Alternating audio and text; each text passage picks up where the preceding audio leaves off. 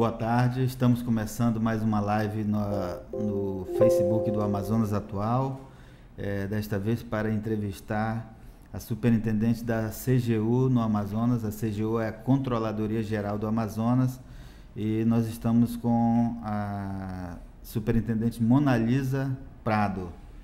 Aqui comigo Kleber Oliveira para conduzir essa entrevista. Nós vamos falar principalmente sobre combate à corrupção. Boa tarde, superintendente. Boa tarde, Valmir. Boa tarde, Kleber.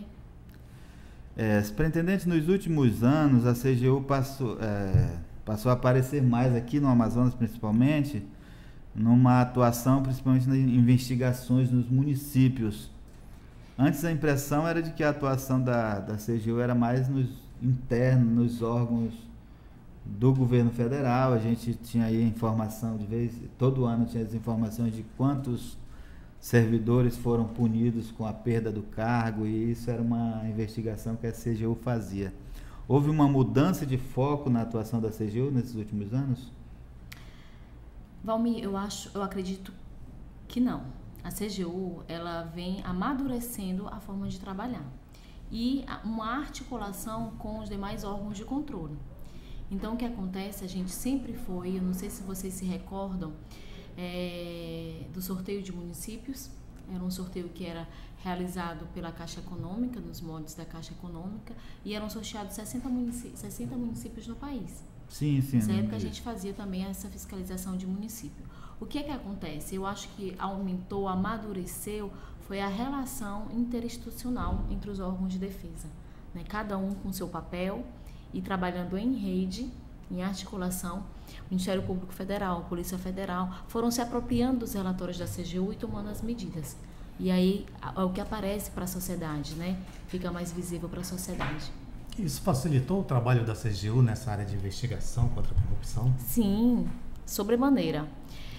A CGU vai a campo, vai fiscalizar, vai ver a aplicação das políticas públicas, faz vistoria em loco, examina papéis e elabora um relatório de fiscalização, né? Com toda aquela matriz de responsabilidade, identificando os agentes que deram causa àquele prejuízo, né? Um superfaturamento, um direcionamento, aqueles crimes comuns de licitação. E os demais órgãos de defesa se apropriam desse relatório da CGU e tomam suas medidas. Na semana passada foi deflagrada a operação Tapauara, prendeu o prefeito e vereadores do município de Tapauá, no Amazonas. Qual foi a participação da CGU nesse episódio, nessa investigação? Então, a CGU ela tem uma parceria muito amadurecida com o GAECO, do Ministério Público Estadual. Né? Então, quando identificado por um dos órgãos algum desvio, ou por denúncia, ou até da nossa matriz, a gente elabora uma matriz de planejamento e verifica quais são os municípios mais vulneráveis, né? Até para balizar nossas ações de forma mais proativa. Então, foi identificado pelo GAECO, o GAECO recebeu uma denúncia e que trazia o município de Tapauá com vários indícios fortes, né, de corrupção. CGU começou a sua investigação, né, elaborou uma nota técnica e encaminhou para o GAECO para auxiliar. Então, é uma ação conjunta, né, entre CGU, o próprio GAECO e a Polícia Civil.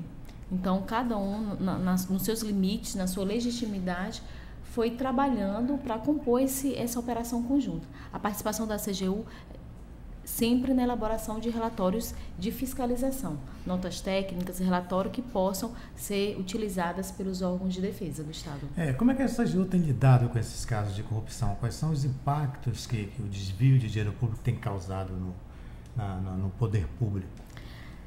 A corrupção, ela trava a economia, né? Ela barra a competitividade, ela torna os serviços públicos muito mais onerosos.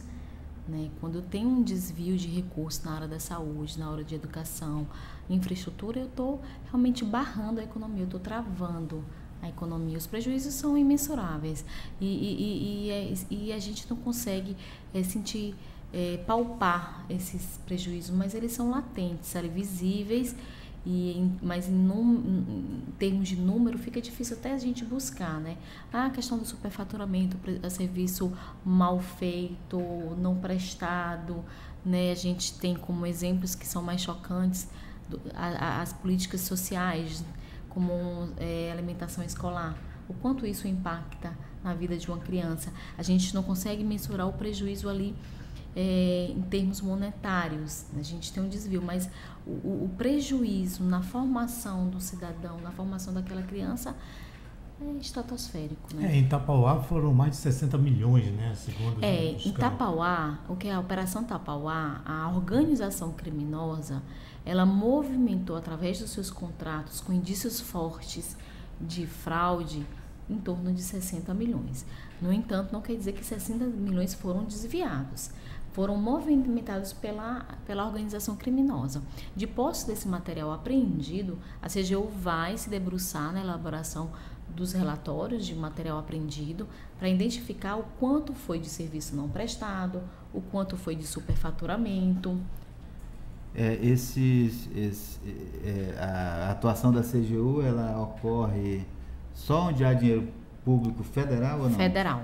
Ela não tem a competência para... A nossa atuação é em recurso público federal. Nada também afasta de a gente identificar alguma impropriedade, alguma irregularidade e demandar para os demais órgãos de defesa do Estado, né, estaduais, órgãos estaduais. A gente faz isso também. Essas operações, elas conseguem recuperar esse dinheiro? O que é devolvido desses dinheiros roubados? Conseguem recuperar tudo ou são perdidos mesmo? Não, consegue recuperar.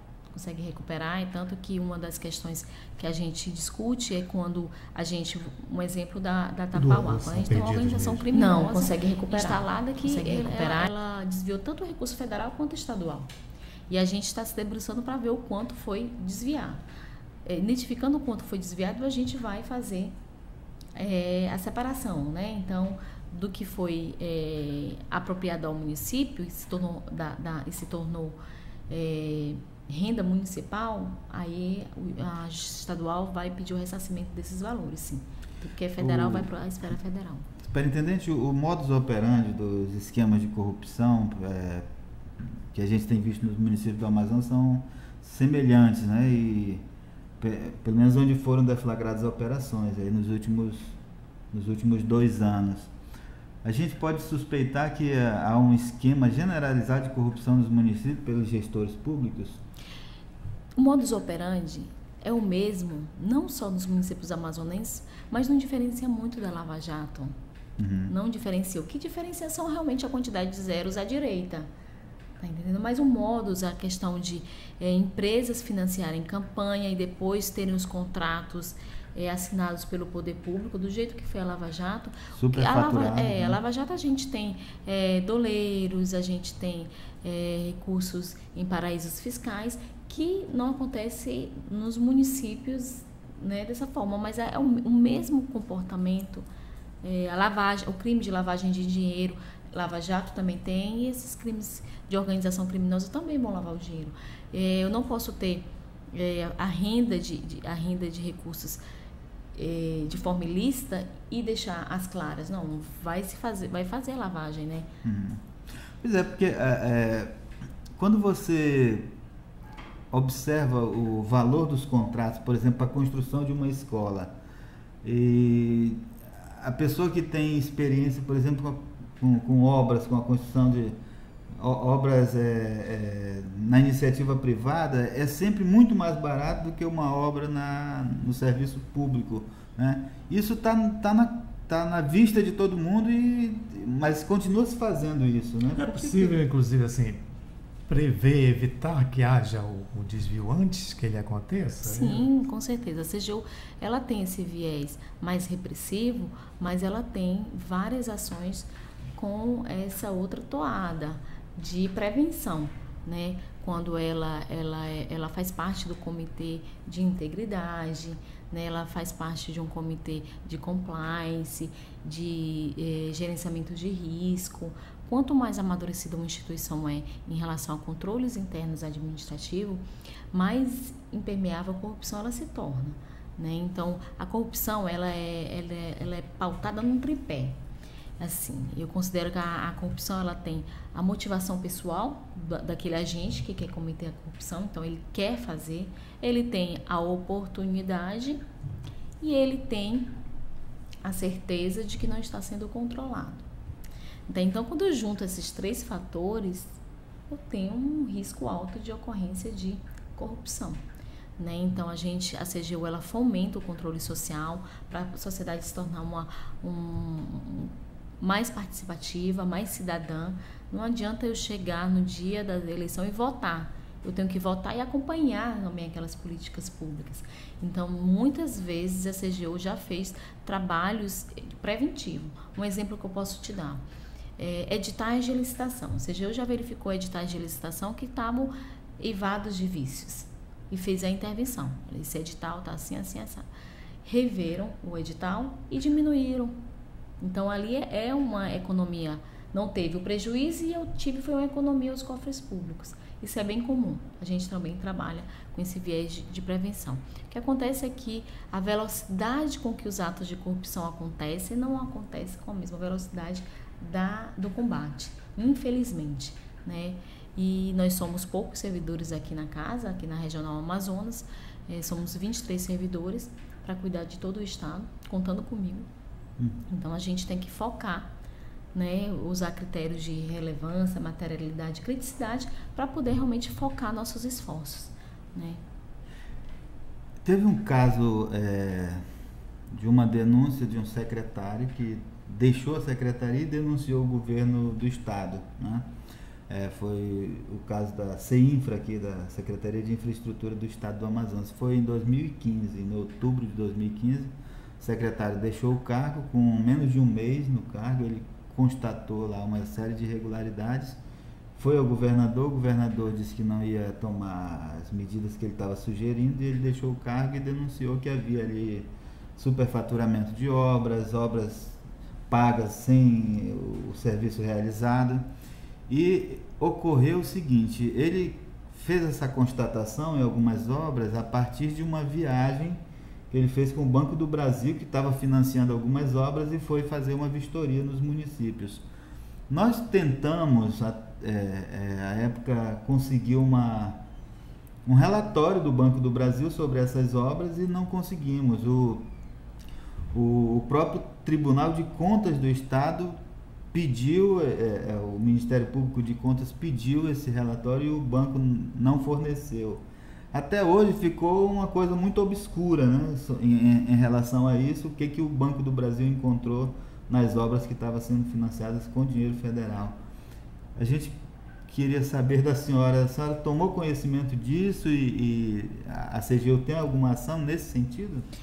A gente tomou conhecimento pela mídia, né, mas não chegou na CGU nenhum pedido de auditoria e fiscalização nessas obras. A gente teria que verificar se eram recursos federais, era o Banco do Brasil, né? Que tava, isso, era um recurso do Banco do Brasil. Banco do Brasil. E assim, eu pego o gancho também para alertar sobre a Lei de Acesso à Informação.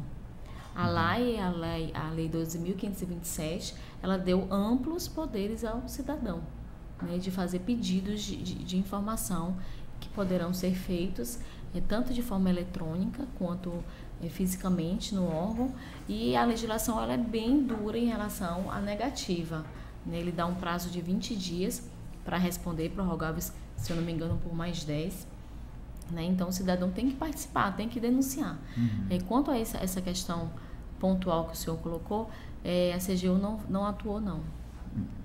Nesse caso da CEINFRA, não. Na Operação Maus Caminhos, a CGU participou, né, da Maus Caminhos. Como a senhora avalia os desdobramentos até aqui dessa operação? Está acontecendo os desdobramentos ainda, não está finalizado, né? A CGU, ela elaborou lá o relatório, as notas técnicas, né? Fez todo o trabalho de investigação, de pautar os recursos, né, que eram federais, né, e a aplicação daquele recurso naqueles contratos. A gente está na fase que o Ministério Público está ouvindo, né, ouvindo as testemunhas, ouvindo os acusados, e depois vai para a fase de julgamento. A CGU está acompanhando, né, participando desse processo. Os resultados até agora são satisfatórios para a senhora? Para mim, para a CGU são satisfatórios porque a corpo probatório dos crimes está bem evidenciado. O que significa isso? É a quantidade de provas que suportam aqueles ilícitos. São incontestáveis. São incontestáveis. Agora tem uma coisa ali que é o seguinte, a pessoa que é apontada como o mentor da organização criminosa, que é o Mohamed Mustafa, está dizendo que a enfermeira que era dona das duas principais empresas que desviaram recursos lá, a Total Saúde e o Instituto Novos Caminhos, porque ela era presidente. E ela disse que não, que ela era uma laranja dele e que quem era dono mesmo era ele, que era dono das 4 empresas, do Instituto Novos Caminhos e das outras 3 empresas que prestavam serviço. Isso, a CGU chegou a alguma conclusão em relação a isso? A gente visitou o Instituto Novos Caminhos, a gente fez fiscalização, né?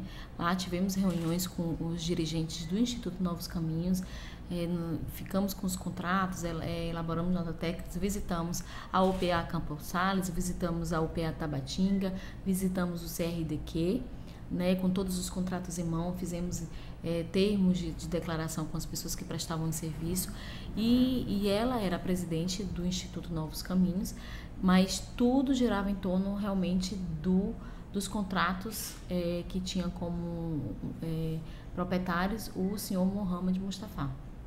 Então, isso é bem evidenciado. Agora, essa questão de ele ser dono do Instituto Novos Caminhos ainda não está pacificado.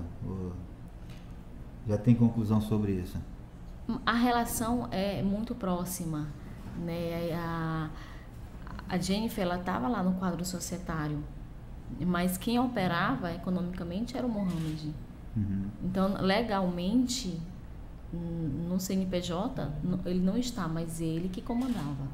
Ela diz no último depoimento que ela deu à Justiça Federal, que depois da passagem da CGU pelo Instituto, foram destruídas provas.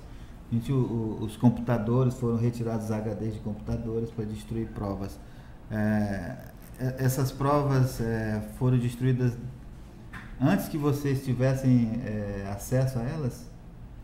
A gente teve acesso a alguma documentação e na busca e apreensão a gente teve acesso ao restante da documentação. Mas isso não atrapalhou. Não atrapalhou. As operações realizadas em 2015 nos municípios de Iranduba e Santa Isabel do Rio Negro botaram na cadeia 2 prefeitos que parece que ainda estão na cadeia, né? Eu queria perguntar à senhora, a senhora acha que a prisão é a melhor forma de punir quem tira dinheiro público, quem desvia dinheiro público? Está tipificado no Código Penal, né? Então, a nossa legislação, ela tem. Quem pratica crimes contra a administração pública, tem pena de reclusão. Pois é, mas eu digo, além da pena de prisão, ele não teria que devolver? Não, mas também tem. Tem ação de ressarcimento, sim, tem que devolver, sim. Apreensão dos bens. A apreensão dos bens, bloqueio, tem tudo isso. Isso é feito e cada vez mais as instituições estão amadurecendo mais para essa questão, tanto de minar o poderio econômico das organizações criminosas, como também reaver o dinheiro desviado. Outro avanço que a gente tem é com a lei anticorrupção. A lei anticorrupção, ela veio para punir pessoas jurídicas, ou seja, empresas, vão ser punidas civilmente e administrativamente. Então, vai ser aberto um processo administrativo de responsabilização. Então, elas vão ter a punição de serem suspensas, de ter os cadastros inidôneos e multa. Então, além de devolver o recurso desviado, elas vão também serem multadas. A lei anticorrupção, ela veio, era comum a gente não ter responsabilização de pessoa jurídica. Era só a responsabilização penal dos dirigentes, de quem cometeu o ilícito. Mas agora, a própria pessoa jurídica, a empresa, ela vai ser punida, né, civilmente e administrativamente através da lei anticorrupção. Na sua avaliação, o tempo entre a descoberta desses casos, desses crimes, e a condenação dos réus é um tempo curto ou é um tempo exíguo demais que favorece novos casos de corrupção? Como é que a senhora avalia esse processo que corre depois? Os trâmites processuais brasileiros, eles são bem demorados, né? Então, eu me frustro quando eu escuto que o brasileiro é corrupto por natureza. Eu não gosto desse comentário, né? E a CGU, ela trabalha para formar uma cultura cidadã de participação social, né? Mudar essa cultura do jeitinho brasileiro. Querendo ou não, o fenômeno da corrupção ele é multifacetado, né? Então, a gente tem vários atenuantes e agravantes, né, para que isso ocorra. A demora processual, a certeza da impunidade, né, as desigualdades sociais, né, o distanciamento do Estado, né, no município, né, tudo isso temos agravantes e atenuantes, né? O Brasil é um país muito rico, né, um país muito rico que, se os recursos fossem aplicados, a gente teria aí uma Dinamarca da vida, né? Em relação a essa questão da corrupção, a gente percebe que as pessoas ficam indignadas com as informações na Lava Jato. Todo dia tem informação ali, mas às vezes esquece de que no quintal de casa, seja nos municípios mais pobres, também há esquemas para saquear os cofres públicos. O que fizeram com o Brasil? A senhora faz essa avaliação? O Brasil tem... A senhora acabou de falar que não gosta de dizer que o brasileiro tem corrupção nas vezes, mas existe uma cultura corrupta no Brasil, e até das pequenas coisas mesmo, de furar fila, de passar na frente dos outros. Parece que desde 1500 a gente vem combatendo a corrupção, né? E a CGU tem uma campanha de pequenos atos de corrupção, diga não, né? Uma campanha que ela traz todo esse slogan de pequenos atos de corrupção para realmente fomentar a cultura ética, né? Aí tem, diga não, até a carteirinha de estudante falsa, a estacionar em vaga de prioridades, a furar fila. Então, ela faz essa campanha. Além dessa campanha, a gente tem programas educacionais para as crianças, que é Criança Cidadã. Tem um programa Um por Todos e Todos por Um, onde a gente, juntamente com o município e o estado, distribui materiais que são produzidos, elaborados e criados pelo Instituto Maurício de Souza e são aplicados para as crianças, né? A gente tem um sorteio público, sorteio de desenho e redação com as crianças. Então, a gente está se esforçando muito, a controladoria está se esforçando muito para formar essa cultura, né, mais cidadã. A questão da corrupção, assim, muito atrelada ao brasileiro, eu acredito que é uma cultura da impunidade, né, que reina, do favoritismo, do nepotismo, do assistencialismo barato nos municípios. As desigualdades sociais trazem isso. Eu tenho um município que a única relação que talvez aquela população conheça é a da troca de favores. Enquanto eu tenho um município que ele é autônomo, as pessoas têm a liberdade de trabalhar, de ganhar o seu dinheiro sem precisar da máquina pública, né? Sem precisar ali daquela troca de favores com a administração pública, né? Cria um ambiente propício à corrupção. Então, a gente tem que... E aí eu te trago a palavra-chave, a integridade, né? Controles internos administrativos, o compliance, o dever de prestar contas, a accountability, que né, são expressões que trazem à tona toda a formação de uma linha de defesa contra a corrupção, né? E a gente tem que amadurecer isso, né, avançar. Pois é, eu fico pensando, por exemplo, casos que no Brasil não se concebe, né? Por exemplo, eu tenho um sobrinho que viajou pela empresa para os Estados Unidos e estava fazendo um treinamento numa fábrica. Ele trabalha aqui numa fábrica do Distrito Industrial. E ele batia a campa ali para o almoço, todo mundo deixava suas coisas em cima das bancadas e ia almoçar, celulares, tudo. Aqui, se você fizer isso, quando você voltar, não tem mais celular na mesa, né? Então, essa cultura que eu estou dizendo. Essa cultura. E eu te digo uma coisa, Valmir. Olha só, a gente tem esse ambiente que parece que é sem controle, né? Então, Mas o engraçado é que quando se viaja para fora, você observa isso. As pessoas vão para os parques da Disney, cada um larga suas mochilas para entrar nas montanhas russas e ninguém pega. E ali tem gente de todo lugar do mundo. Né? Tem gente de todo lugar do mundo, de países ricos, países pobres, países emergentes. Tem gente, e alguém faz alguma coisa? Não, é a certeza da tolerância zero. Agora vem alguém de fora, de outras nacionalidades para o Brasil, faz graça, não faz? A gente não teve um episódio na época da Copa? Fez graça, mentiu para a polícia, disse que foi assaltado, e vem de um país que é de tolerância zero como os Estados Unidos.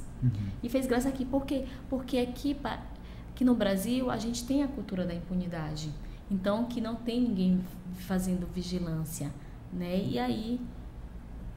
Há uma vigilância maior nos outros países, por exemplo? A senhora tem conhecimento? Existe. As nossas leis, elas são bem modernas. No entanto, a gente precisa avançar na participação social. Então, a gente reclama dos nossos representantes, o povo, de uma maneira geral, como o senhor colocou, reclama, né, do fulano de tal, do governador, do prefeito, do vereador, de qualquer outra cidade do Brasil, mas a gente se torna melhores eleitores? Ou eu continuo um eleitor ruim? Que nós não somos os nossos representantes que são ruins, nós somos ruins também como eleitores, né? Porque a participação social, ela não começa e termina no voto, ela inicia no voto. Eu tenho que ter a população participando. A gente já teve vários casos de intervenção da população, de questionar alguma coisa e os dirigentes reagirem, né, retroagir naquela conduta. Mesmo com essa cultura, a senhora acha que tem aumentado a participação das pessoas em denunciar esses casos? Por exemplo, a gente teve recentemente o caso do senador Romero Jucá, que foi confrontado dentro do avião lá por uma eleitora e tentou reagir, inclusive, com violência contra ela. A senhora acha que o brasileiro está começando a acordar para isso? Está reagindo mais? Eu acho que agora ele está muito reativo. Essa palavra que você colocou, reagindo mais, reativo. Será que é o ideal é ser reativo ou fazer, de fato, um acompanhamento? Ou só reagir quando se torna a olho nu, quando se torna gritante a situação? O brasileiro tem que, né, ser proativo e não ser reativo. Eu me lembrei de um caso aqui de vigilância. Foi uma reportagem, faz muito tempo que eu assisti, acho que uns 6 ou 7 anos, uma reportagem sobre o Japão, que as pessoas colocam o lixo ali, ele põe um televisor lá que ele não quer mais, ele põe no lixo. Se alguém pegar aquilo na rua, tem uma câmera ali que filmou ela, a polícia vai atrás e diz: por que você está pegando isso? Não é seu, entendeu? Então você não pode pegar, mesmo que esteja descartado ali no lixo, a pessoa não pode pegar. Se apropriar daquilo, né? A polícia vai em cima, entendeu?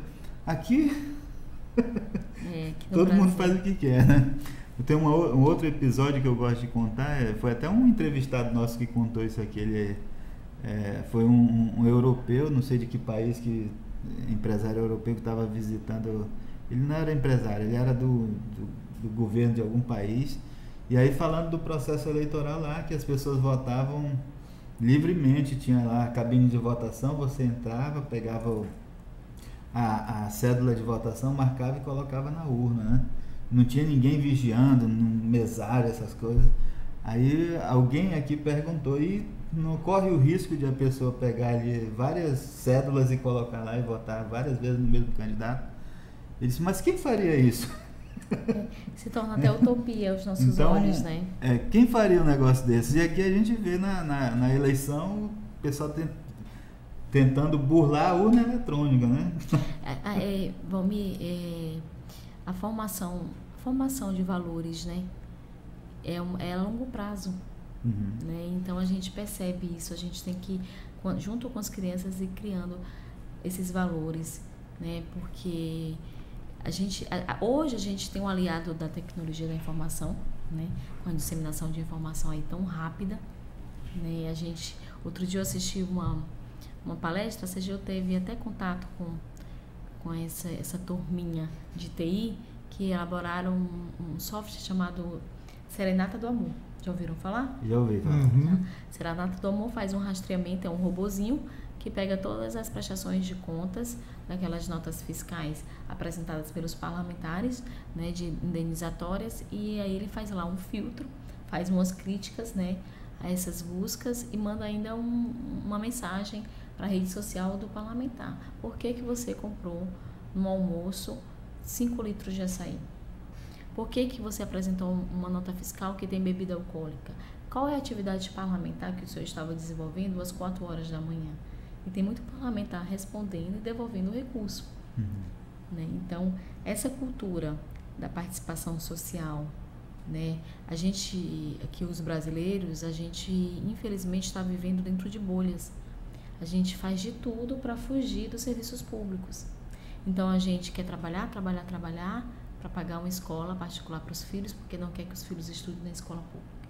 A gente trabalha para ter um plano de saúde, para fugir da saúde pública. Né? Então, a gente tem que reverter esse quadro. Então, estamos vivendo em bolhas, né? Ali, sem a participação. A gente trabalha para comprar um carro, para não utilizar A senhora acha que o Brasil poderá ser definido ou classificado antes e depois da Lava Jato? Eu acho que é um divisor de águas. Mas ele é um divisor de águas, mas que ele só vai permanecer com essa toada de combate à corrupção se a população também ajudar. Eu sempre lembro da era Collor, né? Quando o Collor perdeu o mandato ali, foi cassado por corrupção, sofreu impeachment. Todo mundo dizia que ali estava começando o novo Brasil, né? E agora a Lava Jato vem mostrar que não. Veio mostrar que não, mas nós temos 3 governadores presos do Rio de Janeiro. Quando na história do Brasil, 3 governadores do Rio de Janeiro, né? Não perdeu o mandato no caso do Amazonas, né? Está muito disseminado. O caso Collor foi ali aquele caso daquela cúpula, daquela organização ali, né? E agora a gente não pode perder essa crista dessa onda, né? Então a gente tem que se apropriar disso, né? E avançar, né? 3 governadores presos, um presidente da Câmara dos Deputados preso, né? Então, assim, são outros tempos, eu acho. A mudança passa então pela educação? Sem dúvida, a educação é a liberdade do pensar, a liberdade do agir. A corrupção, quando atinge essas crianças, elas abortam um sonho dessas crianças de serem alguém, de crescer, até eles abortam o sonhar, não é nem a realidade em si, eles abortam o sonhar, até o próprio sonho é abortado, porque eles vivem ali num contexto que eles não vão nem almejar coisa diferente. Agora, a gente tem também aí uma escola que não ajuda, né? Principalmente a escola pública.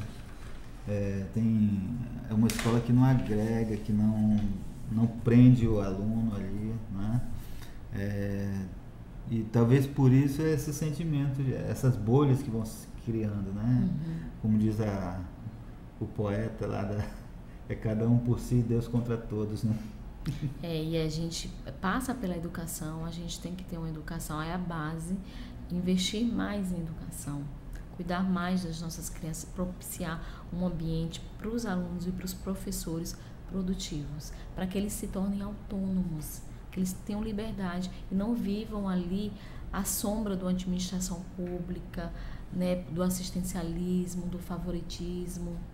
Agora, superintendente, falta recurso para isso? Por exemplo, para melhorar a saúde e a educação, a senhora acha que o Brasil está faltando recurso para essas áreas? A Controladoria Geral prova que não, quando identifica desvios tão altos.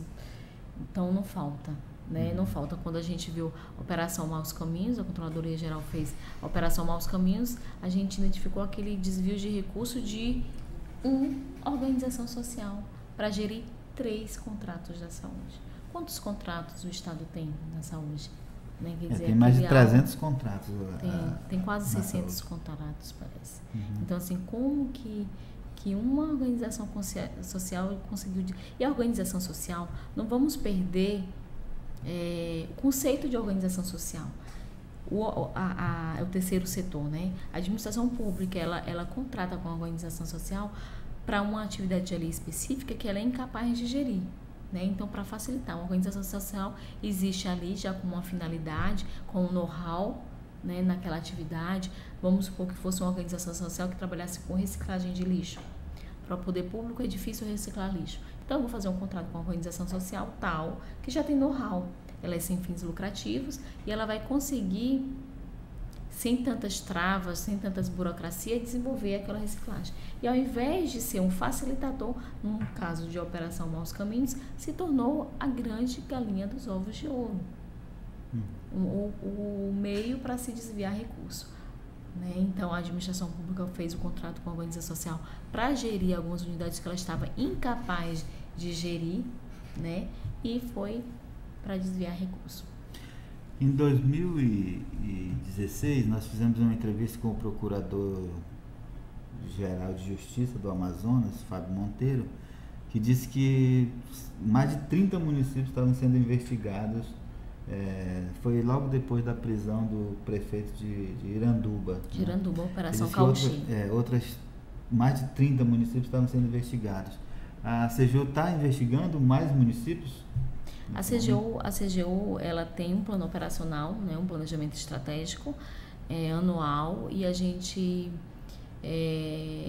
tem o nosso planejamento próprio. Né? Quando existe alguma demanda externa de órgãos parceiros, a gente vê a nossa capacidade operacional e atua junto com eles. Né? Mas esse ano, a CGU, esses 30 municípios mencionados pelo Procurador-Geral, pode ser que alguma esteja atuando, mas não são 30. Entendi.